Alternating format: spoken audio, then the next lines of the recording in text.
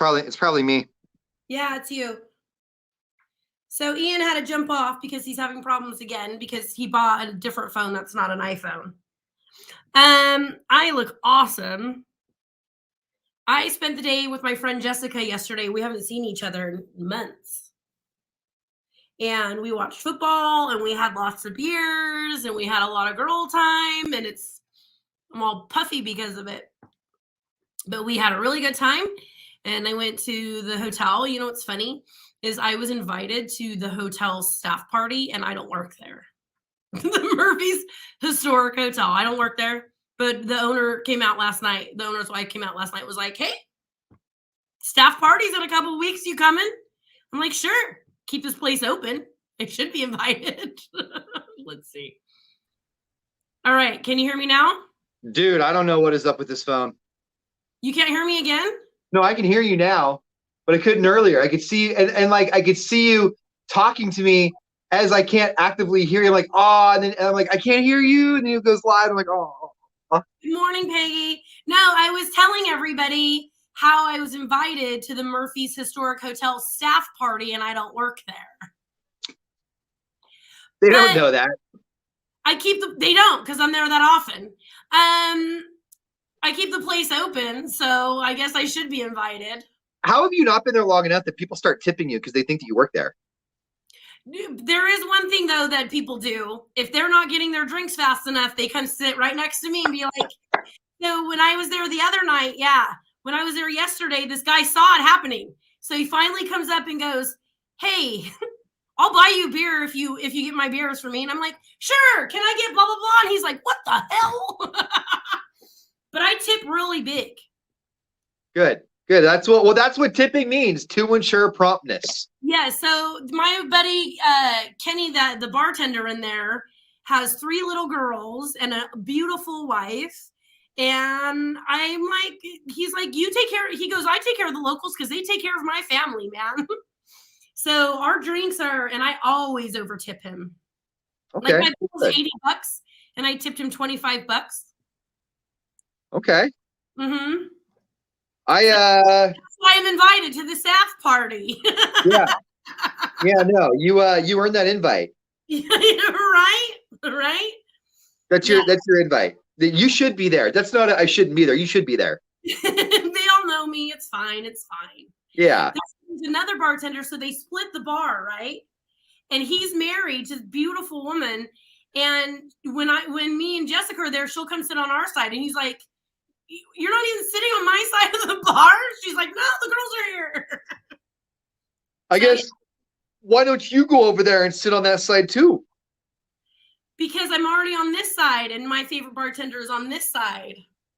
And he knows, and her husband knows, like, he's like, are you going to go move over to Kenny's side now? And I'm like, So if I'm already seated on his side, I won't get up and move because I feel rude. And I like him too. I don't dislike anybody. I just have one specific favorite one. If you're stuck in your ways, you're stuck in your ways. It's a power struggle I'm going through right now too. I'm very stuck on Sundays. Sundays, I've got one mode. It's sit right here and do nothing. Sundays are very, very important to me. And I've got somebody I'm hanging out with right now that sees Sundays differently. And so I've had to just sort of matter-of-factly be like, no, it's Sunday. Keep that boundary. And that's where that conversation ends. And it starts a couple of arguments. But I found that if you just say no and then just stare straight ahead, eventually they stop bothering you.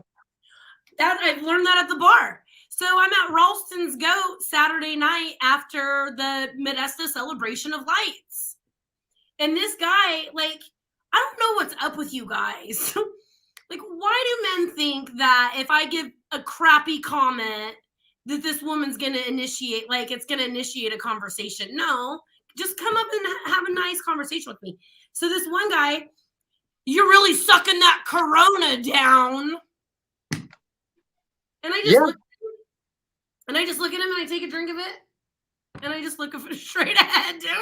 I say nothing. And he goes, not here for small talk. And I go, no. And he's like, okay. And then this other guy comes up and goes, Corona, that's disgusting. And I look at him and I go, have a nice day. He goes, what? You don't want to talk? And I go, no. Peace out, Cub Scout. And the bartender, Ralston's goes, oh. She goes, I have been watching you. Like, you don't care. And I'm like, these guys are D-bags. No, I don't care. I'm not here to be polite to these guys. They're rude. Ugh. Well, on that note. So anyways, I just say no and look straight ahead and they go away.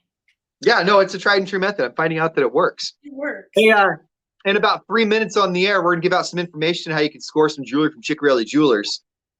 Chickarelli Jewelers. That's his way of telling me I need to get back into the studio in less than 3 minutes. And we're going to also try and get a hold of somebody for a stay day at the Disneyland Resort. So far, we've gone 4 for 4 on people we've talked to because we have to cold call these people. Do we go 5 for 5 or do we strike out?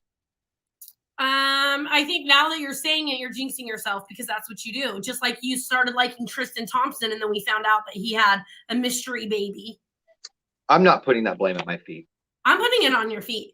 I'm not carrying the baby responsibility. There's another one that we're not going to talk about on this stream that if it happens, it's 100% Ian Riley's fault.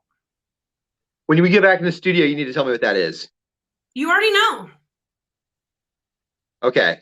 You're going to have to remind me.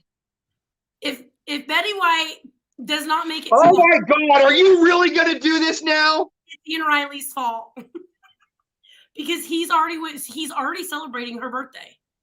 We have a calendar that we like plan out station events and stuff. And I put Betty White's 100th birthday on there. And Madden goes, if she dies, that's on you. We have to talk. You can't get me worked up like this before we have to go on the radio. It's going to be his fault. All right, we gotta go. It is. Bye. Thanks. Bye.